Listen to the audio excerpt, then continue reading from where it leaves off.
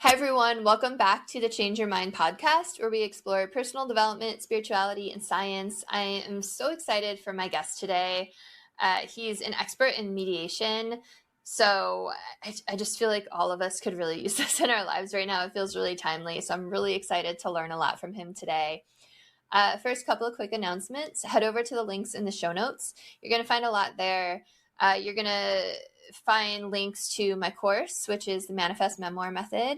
You'll find a link to my book, Change Your Mind to Change Your Reality. It was endorsed by 3 people from The Secret, Marcy Shimoff, Michael Beckwith, Bob Doyle. It was endorsed by John Gray, Anita Morjani.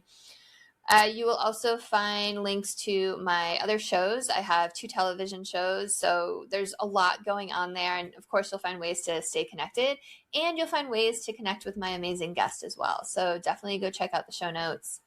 And then I just wanted to take a moment to dedicate this episode to Bob Frissell. He passed in last June 6, 2026. If you are in the spirituality world, you might know his cult classics. Nothing in this book is true, but it's exactly how things are. Something in this book is true. You're a spiritual being having a human experience and catching the ascension wave. Like, he was a master at titling his books. Bob became a friend. We endorsed each other's books. We spoke on each other's shows. He made a really big difference in a lot of people's lives. So this one's for you, Bob. And let's move on. I'm so excited to have Doug Noll with me today. So Doug is a distinguished fellow of the International Academy of Mediators, the world's most prestigious mediation organization, and recipient of an award of excellence. He was named California Lawyer of the Year in 2012 and Best Lawyers in America Lawyer of the Year in 2013. He was a Purpose Prize Fellow for pioneering the Prison of Peace program, teaching emotional literacy to violent offenders in a maximum security facility for over 10 years. He's an adjunct professor at Pepperdine University's Strauss Institute for Dispute Resolution, ranked number 1 in the nation. Doug teaches graduate courses on decision-making under stress and conflict resolution. He's also the author of many books and has delivered a TED Talk. So welcome, Doug. I'm so happy you're here. Thanks, Chris. And everybody who's listening, do Chris a favor, 5-star review right now. You're on Spotify, you're on Apple, doesn't matter what you're listening to. Click that 5-star, give her a 5-star review. That's the only way that she gets out in the world. So please do that right now. Thank you, Doug. That's very sweet of you. I'm so excited to have you on. Like I said, it just feels like there's so much discontent right now. We're living in this era where there's keyboard warriors and people are just in such disagreement politically, and just like it's all over the place, especially in America right now. So I think if we could all learn to speak to each other a little kinder, then everything else would kind of follow. So I feel like it's really timely. I'm really happy to have you here.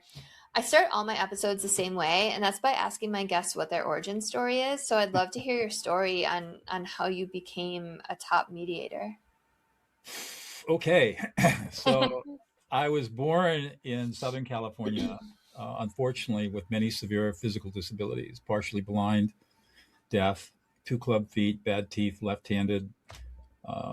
It was really rough. And I was born in affluence, so that wasn't the problem. But the problem was that my parents, as much as they loved me, did not know how to give me emotional support. They were post-Victorians, keep a step up our lift, slog it out, it doesn't hurt. It was pretty rough. And I was developmentally behind my peers. And so it was not a fun childhood. But I had a good mind. So I got accepted to Dartmouth College out of high school and went back east to Dartmouth, and then came back to California and went to law school. And I was a trial lawyer for 22 years, civil and commercial and business litigation. Tried over 200 cases of all different kinds, jury trials, bench trials, arbitrations, you name it, I did it. In the 1980s, I picked up the martial arts. And in 1990, I was awarded my 2nd degree black belt in a Northern Chinese animal style Kung Fu. And my teacher had a really interesting statement to me. He said, "You need to go study Tai Chi as a martial art." So I did. And Tai Chi has 2 really interesting paradoxes. The first is the softer you are, the stronger you are. And the more vulnerable you are, the more powerful you are. Soft to be strong and vulnerable to be powerful. And I'll stop my story right there and say Tai Chi also did something else. It taught me about Chi and energy. And that led me into becoming a pranic healer, a certified pranic healer. And Cool. for a while, an Arahata yoga practitioner under Master Choa Kok Sui. So I did that for a while too. Anyways, back to these paradoxes. I did not get it at first, but I continued to practice and Tai Chi. And eventually, one day in the courtroom in the late 1990s, the thought came to me, what the heck am I doing in here? And after that trial, I had a whitewater river trip planned up in Idaho with a bunch of buddies. And so I spent a week thinking about how many people I'd really served as a trial lawyer. And I could only count 5 people in 20 plus years that I'd really served. I said, I just can't do this anymore. But I didn't know what I was going to do. I was a senior partner in a major firm and the second largest revenue generator in the firm, and not try cases. What does that mean? Well, as you know, the universe provides. Came back to town, drove down out of the mountains to my office, and heard what turned out to be the one and only public service announcement directed to me for a new master's degree in peacemaking and conflict studies being offered at Fresno Pacific University. And that got my attention. And to make a very long story short, I enrolled. And so for 3 years, I was, again, a graduate student, a 3/4 time law professor at our local law school, and a full-time trial lawyer. Wow. The training I got in that master's degree program was absolutely phenomenal for me. And again, taking a long story and making it very short, I walked away from my law practice and started my own peacemaking practice on November 1st, 2000. Walked away from $10 million. So I started mediating high stakes, high conflict cases, oftentimes non-litigated. So that would be family business conflicts, founder-led companies, conflicts where the human dynamics was getting in the way of business execution, and millions, if not tens of millions of dollars were in one case, billions of dollars were in dispute. But I didn't have a good way to calm people down. And as I talk in my TEDx talk that I gave in April, which is now up on YouTube, I had this insight in a very difficult mediation in 2005. And the insight was, don't listen to the words, listen to the emotions. And I had a phenomenal transformational experience in that mediation with that couple. And then 2 years later, the science caught up. And out of Matthew Lieberman's lab at UCLA came a brain scanning study that showed what happens when you engage in this practice, which is technically called affect labeling, naming what somebody feels. And what the science showed was that when you name somebody's emotions, the centers of the brain associated with negative emotion are calmed down. And the part of the brain is in the prefrontal region associated with emotional self-regulation activates.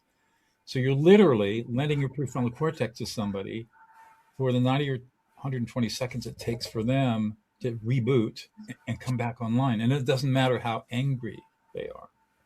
Wow. That led a couple of years later to receiving a phone call from my dear friend and colleague, Laurel Coffer, who read a letter to me that she had received from a woman serving a life sentence without possibility of parole in what was then the most violent, largest, most violent women's prison in the world, in Chowchilla, California, asking if Laurel could come in and train the lifers in the prison how to become peacemakers and mediators to stop prison violence. And Laurel read the letter to me and said, what do you think? I said, I think we should do this. Yeah. 8 months later, there we were, standing in front of 15 women in that prison, beginning to train them how to become peacemakers and mediators. And the very first skill we taught them, the very first day, was how to listen to emotions. And we had a phenomenal success in that prison, and then it turned into a men's prison. We had phenomenal success there, and today we're active in 15 California prisons, the Connecticut prison system. I think we got 3 prisons in Italy, 15 prisons in Greece, and we're talking to people in Cape Town, South Africa, about starting prison of peace down there. So Amazing. it turned out to be quite a project. And for 10 years, from 2010 until the pandemic in March of 2020, I was in a prison at least 3 days a week, training long-term and incarcerated people how to stop prison violence using these skills. And that led to my 4th book, De-Escalate, which came out in 2017 and is now in 5 languages. And I'm a Simon & Schuster author. My 5th book is coming out this September called Empathy Leadership. And it takes the same basic ideas, but shows how when, as a leader, you listen to and name the emotions of people in the room, you regulate their nervous systems, calm them down, and allow them to function at a much higher level than they would otherwise be functioning. So there you That's go. amazing. What a journey. Thank you so much for sharing that. So when you say like naming it, like can you just kind of role play an example for me? Like how would Sure. you talk to someone? Yeah. Chris, you are really pissed off. You're frustrated. You're angry. You feel completely disrespected. Nobody appreciates you. Nobody understands you. You feel invisible and not heard and unsupported. And you're really worried and concerned. And it's really upsetting. Wow. And you don't know what you're going to do. And you're really confused. So, I mean, the person on the receiving end of that must just feel so seen.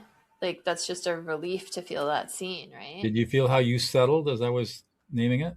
Even though Well, you're there not was also upset? like an intensity that you were speaking with where I was like, wow, he's like staring into my soul right now. That's right. Exactly. Yeah. That's exactly right. And that's what happens when you do this. And it Yeah. literally calms your brain down. Even when you're not upset, your brain calms down. And you can take a raging person and literally, or a child, and literally calm them down in 90 to 120 seconds using that technique. You feel. And it works on everybody. Wow. Every human brain on the planet is hardwired for this, which is Wow. why it's so remarkable that it can work anywhere. It doesn't matter what the culture is. Yeah. I was gonna say, does it work on toddlers? I have a 2.5 It year does. old.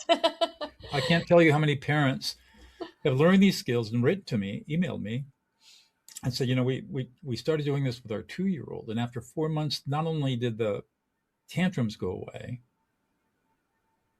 but our little boy started affect labeling us. Mommy, you're really upset right now.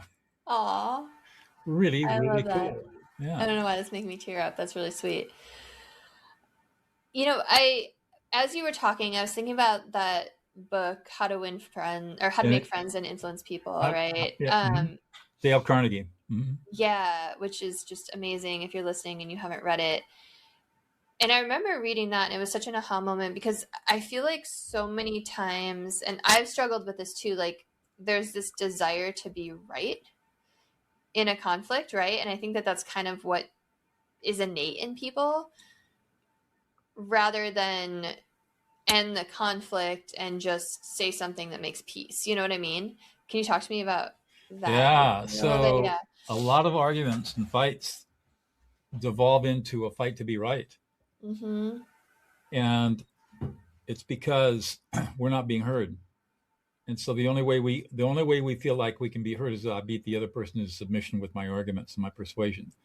But you can't persuade somebody out of pain and you can't logic them out of conflict. It's all emotional. And so the only way to calm somebody down is to name their emotions. And then you can have the conversation after that that goes about solving the problem. Another problem that we have is that we go to early problem solving. So how many times have you been upset and somebody's come to you and said, look, Chris, if you just do X, Y, and Z, you just Drives won't me have the problem. insane. What? It happens a lot, It doesn't it? drives me insane. Yeah. It drives you insane. It drives everybody insane. Yeah. Because what's happening is the person who's giving that unsolicited advice, they're not trying to be mean or cruel.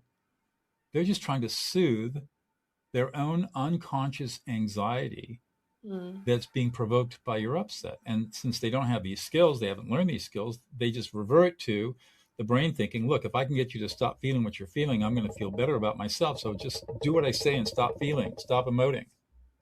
Yeah. We do the same thing with our children. How many, when you were a little girl and you're out running around, 2 or 3 years old, 4 years old, you fall down, you skin your knee, it starts to bleed, you start to cry. What were you told? It's okay. It's okay. It Yeah. doesn't hurt. Put on your big girl panties. Don't Yeah. cry. Yeah. We were told not to feel emotion. And some parents would justify this saying, well, I need to raise a tough kid. It's a tough world out there. And if they're emotional all the time, then they're going to survive. This is the most pervasive and insidious form of child abuse that exists. There's a study out of San Diego called the ACEs study, Adverse Childhood Experiences study, that shows that when you emotionally abuse a child by telling them not to feel, by invalidating their emotions, it's done enough, that child is not going to have a good adult outcome. The ACEs study showed that if a child has three ACEs, three adverse childhood experiences over childhood, 10 times more likely to die of diabetes, chronic pulmonary disease, obstructive disease, cancer, addiction. There's a Wow. direct relationship between how we are raised emotionally and what our later outcomes in life will be. So learning how to validate a child's emotions rather than invalidate them, learning how to validate somebody's upset person's emotions rather than invalidate them or try to persuade them or fight to be right, is kinder, healthier, and it works. It calms people down. And life Yeah. goes away. Yeah. Have you noticed that as soon as that happens, the other person, the person that you're talking to kind of does that for the other person? Like, do they start to see, do they start to empathize with the other person's point of view a little bit? I guess is what I'm asking. Not unless they've had the training and have learned Okay. how to do it. But Okay. if you're upset and I Yeah. calm you down, I listen to your emotions and name them, and you calm down. Now your prefrontal cortex, you got access to your prefrontal cortex again. Okay. And now we can start having a calm conversation about what it is that got you upset. And we don't have to fight about it. We can actually have a conversation. And if you get escalated again, if you get re-triggered, then I just de-escalate you again. I just name your emotions and calm you down. And we just go through this cycle until we Yeah. finally get to a solution that we can both live with. Yeah. For couples, because I do work with a lot of couples, and typically it's one person, one side or the other comes to me and says, I need help. And the question is, how do you introduce affect labeling into a relationship? And there are a number of ways that you do it. And you have to be careful, because when you start doing this kind of listening, you're invoking a much deeper level of intimacy than most people have ever experienced. So it takes care, but it can happen, and it almost always results in a much stronger relationship. Yeah. That's really amazing. So I'm still thinking about like the toddler thing. Oh, I'm okay, like, okay, I'm thinking, okay, so I have a 2.5 year old and an almost 6 month old, and okay. 2.5 year old is like the sweetest kid ever. Like super loving, like will come give you a kiss on if you like hurt yourself or something. But all he wants to do is hit and throw things at and kick his baby brother. So in those instances, it's just get down there and be like, I can see you're upset and frustrated that I'm paying attention to the baby kind of thing.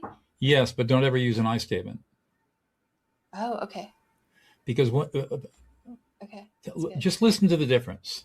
I Okay. can see that you're really upset and frustrated, or it seems to me that you're really upset and frustrated, or what I think you're feeling is that you're really upset and frustrating, Yeah. as That's like, opposed to, Chris, you are really upset and frustrated.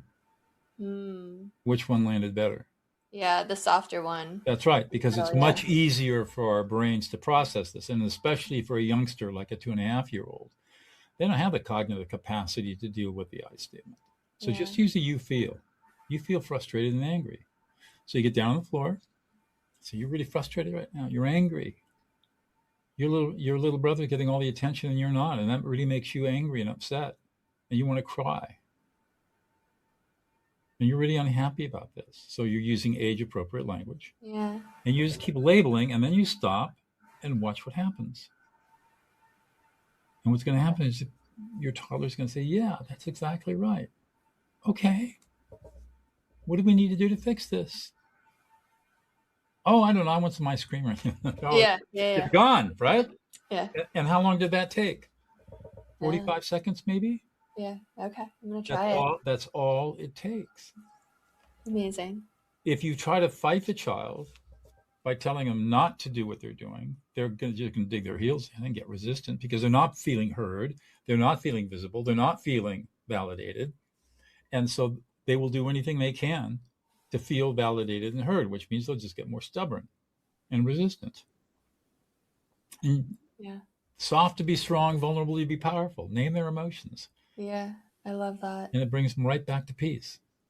And what the studies show, you got children at a perfect age, Chris, because what the studies show, if you start with 2.5, 3-year-olds, and start consistently affect labeling, by the time they're 8, 9, 10, they're 2 grade levels ahead of their peers. Mm. Because the science shows that emotional development, along with cognitive development, creates the whole brain. When we live in a society that diminishes the importance of emotion, so we thwart emotional development, and we only develop the cognitive side of the brain. We're only developing half the brain. And Yeah. that's why when you see 40-year-olds that are arguing with each other, they're acting like 6-year-olds. Yeah. Because in that moment, they're 6 years old. They just revert back to the highest level of their emotional maturity under Totally. stress. So, okay, so let's bring it back to, and thank you for that. I'm totally gonna start practicing this because I've heard that. I've like read about it online and I try to do it a little bit, but I think I'm doing it wrong based Just on you, what you just told just me. you, So I just think, you feel. yeah, That's all I have to yeah, say.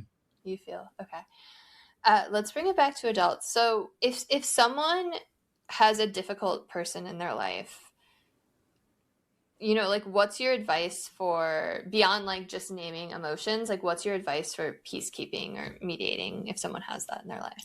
Well, in any kind of conflict situation, it's always a 2-step process. The first thing that you need to do is get people calmed down emotionally. And you do that through affect labeling, naming their emotions with a you feel statement. Then I would say 80%, 90% of the time, that solves the problem right there. Once people feel heard, they calm down and the problem goes away, because the argument was all about just being heard in the first place. Right. There is a time, though, maybe 10, maybe 15% of the time, when you have to really solve the problem and come to some agreements. And so that's when you have the conversation. What do we need to do to fix this? Or what do we need to do to make things right? Or how do you think we should solve this problem? How should we prevent this problem from coming up again? Collaborative is what You're engaging in a collaborative conversation. Okay. And most people will engage in that collaborative conversation constructively. And how detailed you make it, is depends on the circumstance and the context. One of the things that we taught in Prison of Peace is we taught our students how to build a durable agreement. Because in prison, there are no agreements that you don't go to a lawyer when somebody breaches the agreement, the knives and fists come out, right? So how do we build an agreement that everybody wants to perform? And so there's a certain series of techniques you use. And so we taught them how to do that.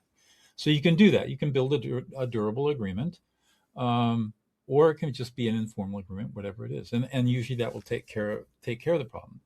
In very, very, very rare cases, I mean 1 out of 10,000, you might have somebody has a more severe personality disorder, such as the maladaptive overt narcissist. Everybody says everybody else is a narcissist, and you hear this term thrown around all the time.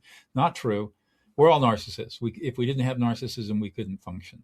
It's a reason why we think about ourselves the way that we do. Yeah. The overt maladaptive narcissist is sort of that on double steroids. And they're the kind of person that everything is about them and nothing about you. And they don't have compassion and they can't listen. And, it's a difficult personality. That person can only be controlled by sharp boundaries with sharp consequences. Mm-hmm. And you've got to be willing to get the boundaries defined. And, the consequences have to be pretty stiff to get a person like that to do it. And that's hard for people when they're not used to that. But that's so rare. I mean, even in prison, I really never ran across an overt maladaptive narcissist. Ran across one guy. Thousands and thousands of prisoners, one guy. And we kicked him out after 2 years. Only person we ever kicked out of the program. Because we just couldn't get him to adhere to our boundaries. So, and that's a person who's got a disorder that needs treatment.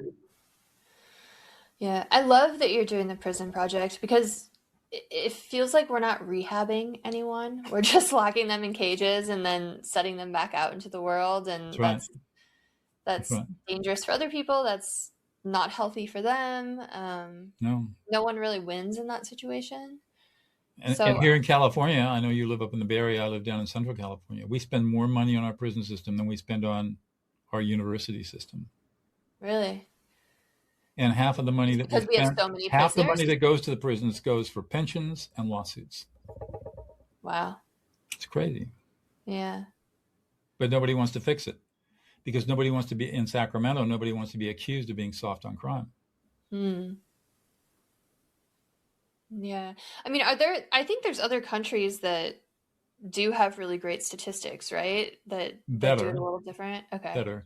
But you know, we have to be really careful about comparing the United States to other countries. We are extremely heterogeneous in terms of our social makeup, socioeconomic class, and culture and ethnicity. I mean, really broad diversity. I know there are people in Washington, D.C. who want to roll that back and try to turn this into a white Christian nation, which is wrong. But the fact of the matter is we have extraordinary diversity. If you go to Norway or Sweden, where they have spectacular rehabilitation rates, they're all white people. Yeah. You know, they're all culturally almost all the same. It's changing a little bit now. And it's a much smaller country. And the smaller countries. Yeah. So yes, there are countries, especially European countries, that have had a lot of success in working with their offenders. But remember that it's a monoculture, very small country, and very small number of people who are offenders. So it's much easier to work with. Yeah. You know, you take California, and you know we've got what 50 prisons in California, 50 prisons plus the fire camps. I mean, a huge population. 100,000 people are incarcerated in California. That's crazy. Wow. And so you just can't build. It's very difficult to build programs across the state that are going to be effective at rehabilitation. We've had great success. We've had over 100 people serving life sentences go through our program, get certified by us as a peacemaker or mediator, been released on parole, and not one of them has reoffended. That's amazing. Have they gotten earlier paroles because of it too? That's an Or does it interesting not work that question. way? The parole board knows about prison of peace, and so if a person coming up on parole hearing has the documentation to show that they've gone through prison of peace, the parole officers, I mean the board of prisons officers that are hearing officers, question them pretty hard to find out Yeah. whether or not they really have they're walking the talk, because they know the curriculum. They've seen that people who have gone through the program and have really transformed are very different. Yeah. So they're looking for that difference. Did prison of peace really transform you like it has so many other people, or are you just, you know, did you just walk through the You just program? BSing me, yeah. Exactly.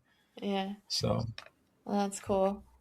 Yeah, I'm just thinking about the whole prison thing. I also feel like it's so frustrating because it's like even if one administration makes change, it's like then the next one can undo things, and that you know what I mean. It just feels like well, thing. it's a huge bureaucracy.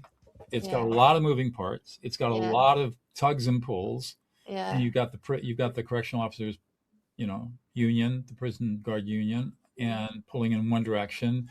You've got all kinds of people who are interested in human rights, preventing prison abuse, rightfully so. You've got the department itself, which is caught in all kinds of different directions, you know, being accountable to the legislature and the governor.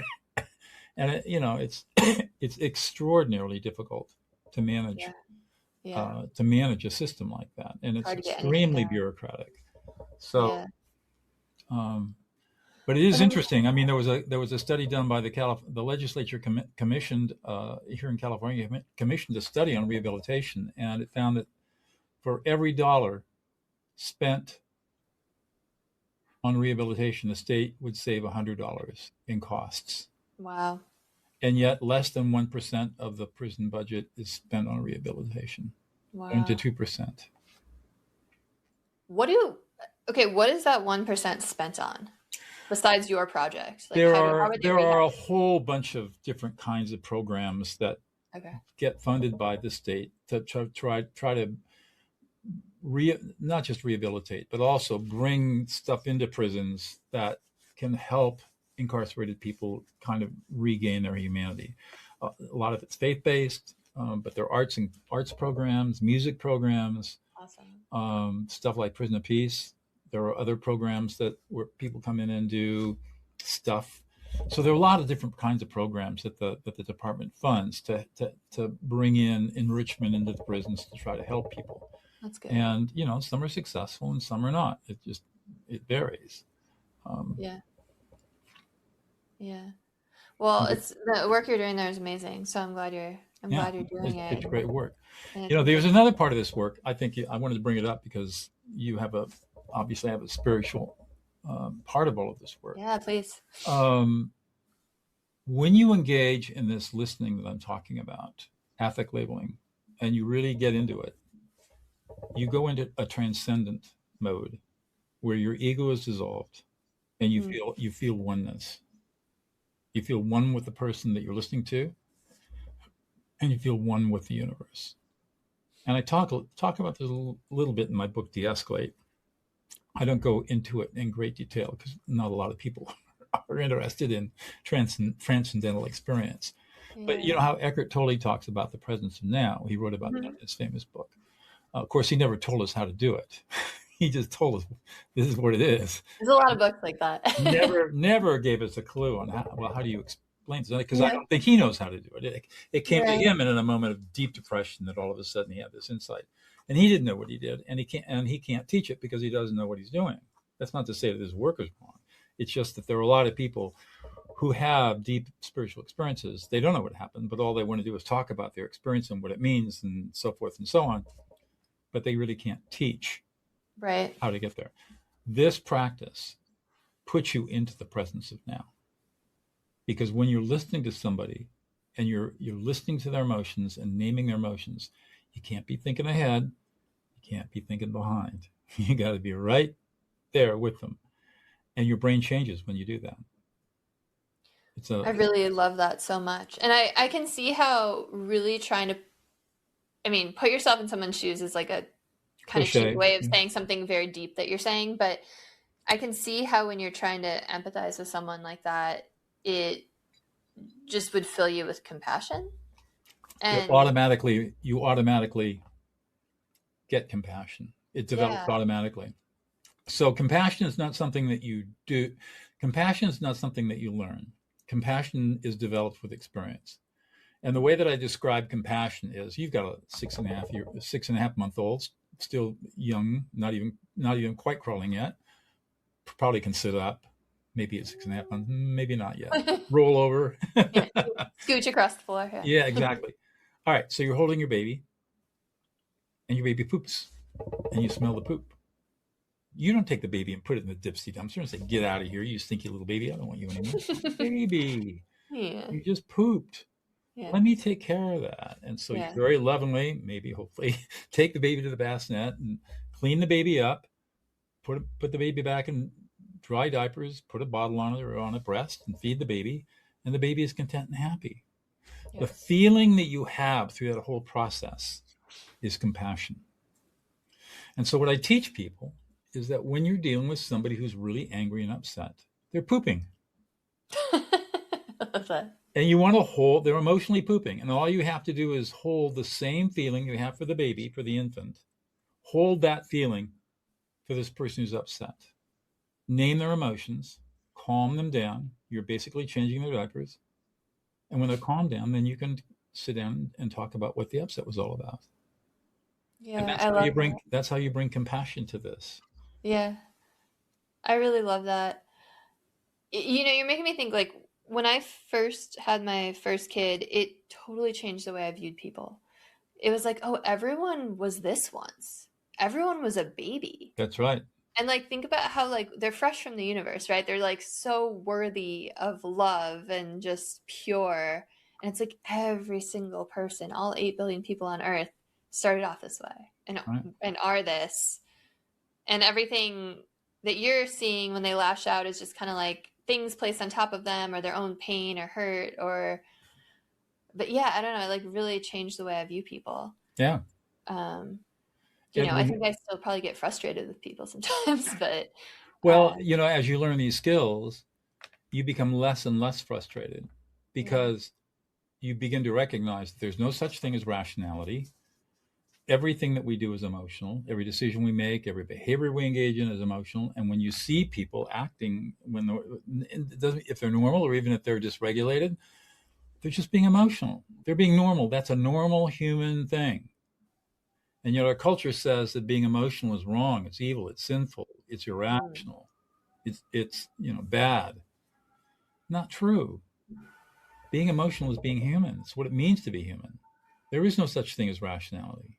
Never has been. That was a myth created by the Greek philosophers 2,000-3,000 years ago, and it's permeated our society. So can I ask you, how has putting this into practice changed the way that you view people?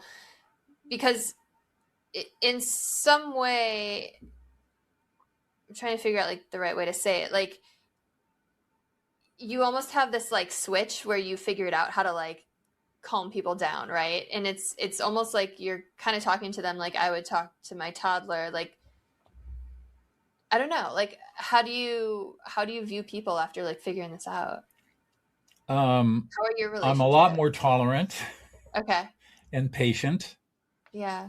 and especially in my professional work, I'm much Yeah. more effective because I can get to the heart of the matter much faster because I can calm people down and make them feel validated and heard, as you noticed at the top of the show when you said, wow, you just looked into my soul and I feel deeply validated. And that's exactly how people feel every single time. And so it allows for people to be seen almost for the first time in their lives. Yeah. And as you give this gift, which costs you nothing to give and only takes 30, 40, 50 seconds, you get and you do this over and over again and keep getting the same results, you begin to soften. And you begin to look around all the conflict and all the polarization. You say, this is just completely unnecessary. And we had more people doing this, we'd live in a completely different world. The way I describe it is like this. So, this is a metaphor I made up during the pandemic when I was teaching people this stuff. And I would say, all right, imagine walking past the pond of peace. Every time you listen to somebody, throw a pebble in the pond. Pretty soon we got 2 or 3 or 4 people throwing pebbles in the pond. We're getting some ripples. And we get 1,000 people walking by the pond and we're getting some waves. We get 1,000,000 people walking past that pond throwing in pebbles and we have a tsunami of peace. One pebble at a time. I love that. That's really beautiful.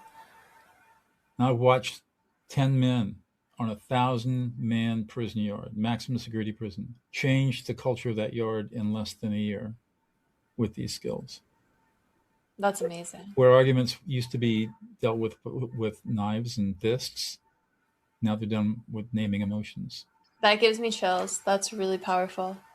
Yeah. That's amazing. And that's what my work is devoted to, helping people do this. And it's not difficult to learn.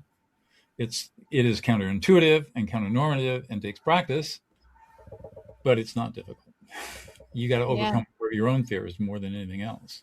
Yeah, it's like a lot of things. It's simple, but maybe not easy at first. Yeah, it is simple and easy, but we have to overcome all this baggage we have, cultural baggage we have around emotions, ego, and being vulnerable, soft and vulnerable, right? Being authentic. And that can be a little discomforting if we've had walls around us for our entire lives, and to drop those walls and recognize that you are actually more powerful. You are stronger without the walls than you are with the walls. And that when the walls come down, you live a whole, beautiful, authentic life that allows you to connect in ways that you've never been able to connect with before. Yeah. So it's pretty cool stuff. Yeah, it is. Is there any advice for just the first time you meet someone, or when you're just starting a relationship or a conversation with someone, just to,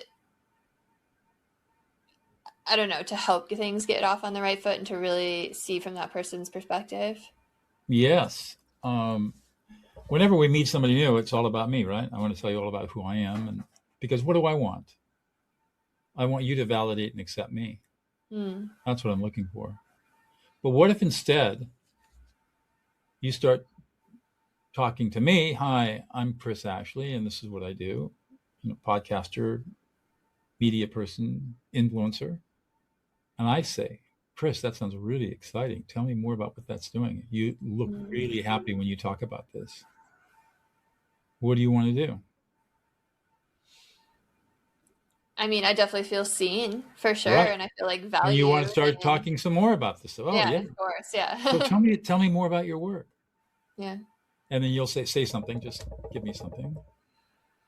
Yeah, I'm creating a docu-series right now too. Wow, you're creating a docu-series, and that's really you. I can just see you light up when you're thinking about it. Tell me what that's all about. It's really Yeah, I mean exciting. that's like how to win friends and influence. I mean, that was like the biggest thing I took out of that book is ask questions. Yeah. So But yeah, notice that I didn't say anything about myself. yeah, I labeled what you were feeling, and I said, "Tell me more." When my wife and I go to social gatherings, we're not huge social butterflies because we live out in the middle of nowhere. But when we go, we always compare notes at the end of the evening. How many people asked you who you were? Nobody. Who asked you who you were? Nobody. Because all we're doing is listening and validating other people. And when we do this, you do it successful. People will never ask who you are. They'll come away with a great feeling about, wow, that guy Doug Noll is a pretty super nice guy. yeah. But if you ask them, well, what did you learn about him? Nothing. Oh, I didn't learn anything really about him. Yeah. It's because we're It spending made me our feel time. good. Yeah. Yeah, it made me feel good. Yeah. I love that. Very And for cool. people who are in the dating scene, heaven forbid, I'm way past that. But Yeah. it's so interesting. I've got a young friend of mine. He's 25, 26 years old, lives in New Jersey. I was on his podcast a year or two ago, 2, 3, maybe 3 years, and we hit up a friendship. And he's out of college and he's dating in New Jersey and New York and all that. And I was just amazed to hear that the way that young people communicate is by texting now or voice messaging I just shake my head. I said, what is going on here? I said, dude, you got to ask a girl out for coffee and start Yeah. listening to her. You Yeah. can't do this over the phone. It won't work. Yeah. Yeah, totally. You know, that actually segues into my next question for you. So much of this divide and this kind of angst in the country that we see is like happens online, right? On Right. Facebook or Instagram posts, people like battling it out in the comment Yeah. section, like things that they would never say to someone's face, I hope. Right. No consequences. So they can do whatever they want. Yeah. And I mean, and then, you know, we've also heard like half of those are bots, right? But for the actual people, like I know people that get like fired up by that and they want to engage and, Fight back. you know, or they've been targeted and it's like horrible, right? When they're targeted online like that. So what's your advice for that? Because that's like so Epic relevant label right them. The studies show now. that it works. Even through online. Absolutely. And Right. there's some amazing studies out there that show that. And I've had that in my own experience. I'm very active on a lot of different channels, and I always get the snarky comments. And I just say, oh, you're really frustrated. You don't feel disrespected. You don't feel heard. I never hear from them again. Yeah, they do, so they don't respond.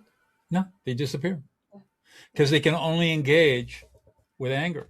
But if you don't show any anger or defensiveness, they're trying to get you to trigger. They're trying to get you to get defensive. But if you don't trigger, don't get defensive, don't fight back, and just say, oh, you're really angry right now. You're pissed off. You feel frustrated. You don't feel heard. What can they do with that? Yeah, I'm going to start doing that. Why do people do that? Why are they trying to trigger people? Why do they want that reaction? They get a dopamine release. It's addictive. So? Oh, sure. They get a dopamine release out of getting rises out of people, and it makes them for a moment. It makes them feel big and powerful because they were able to bully somebody online, and there are no consequences to it, really. Yeah. So you can get away with stuff that if you did it in person, you would never get away with it in person. Yeah. But online, you can get away with it because you're anonymous. You're using pseudonyms, right? And you can be as outrageous as you want to be, and nobody's ever going to hold you accountable for it. There's just no accountability online. And that's so heartbreaking. I was going to say the algorithms, the algorithms they amplify the rudeness and the outrageous and the anger because that's what brings eyeballs to the screen. Yeah. I mean, Facebook just lost a lawsuit around all of that. Right. I heard about that. Yeah, it's so heartbreaking because that's a human on the other side, and you have a choice that you can leave people feeling good or leave people feeling bad, right? Every single interaction. That's right. Yeah. And There are a lot, young people, they grew up with technology, they grew up with phones, they have never learned how to sit and interact with each other. They're afraid to sit down and have a conversation. My buddy Nick, I said, he's afraid. Was afraid of sitting down and having a conversation with a girl. She was afraid too. That's why they Wow. kept everything at distance. I said, no, take her out for coffee, sit down, and here's how you're going to do the conversation. And I Yeah. scripted it for him. And then we met a couple of weeks later, and I said, well, how'd it go? He said, it was amazing. It's incredible when you actually talk to a person. Yeah. It's so so I'm 40, and I think my generation was the last one to grow up analog. I think the internet kind of happened when I was in like 7th grade or something. But it's so true. I think about like raising kids now and with AI. And okay, well, here's another thing.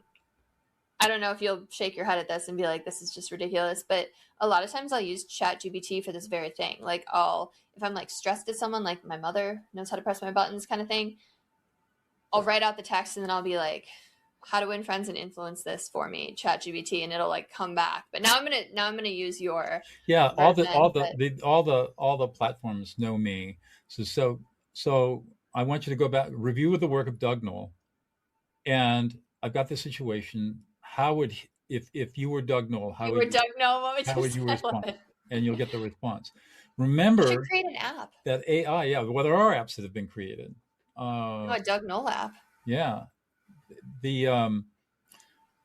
But we got to remember what AI is. It is not artificial intelligence. It's a large language machine that's probabilistic, and you give it basically the outline of what you want, and it will give you the most probable result within your prompt.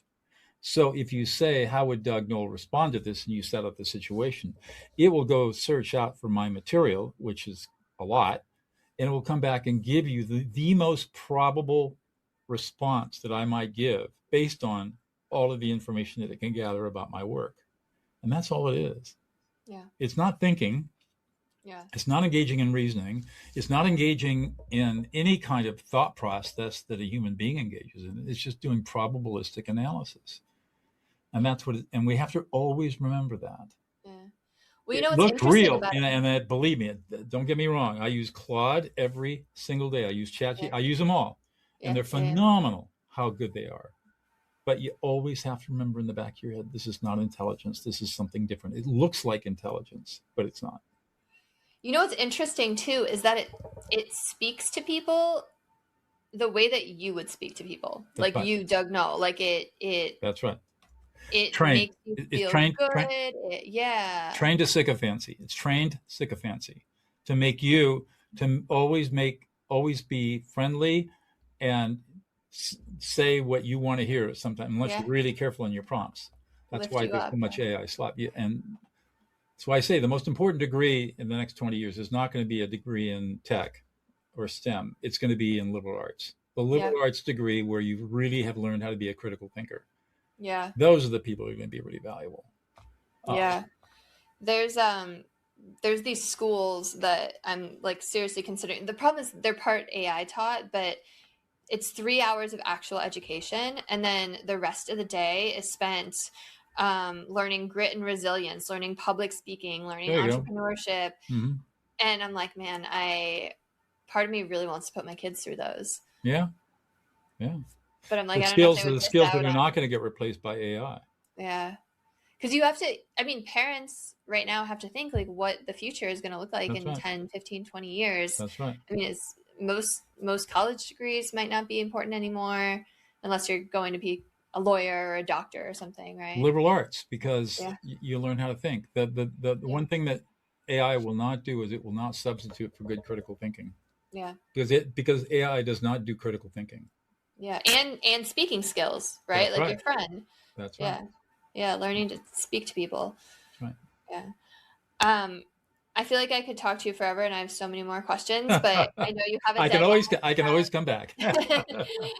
Well, I just appreciate you so much. I learned a lot. Chris. I'm sure listeners did as well. And the work you're doing is phenomenal and so needed. So thank you for all of that. Absolutely. I'm sure people want to know where they can get in touch with you or buy your books or whatever it is you want to take a So moment to share. I'm a one-man shop. I live in Central California. I don't have an entourage.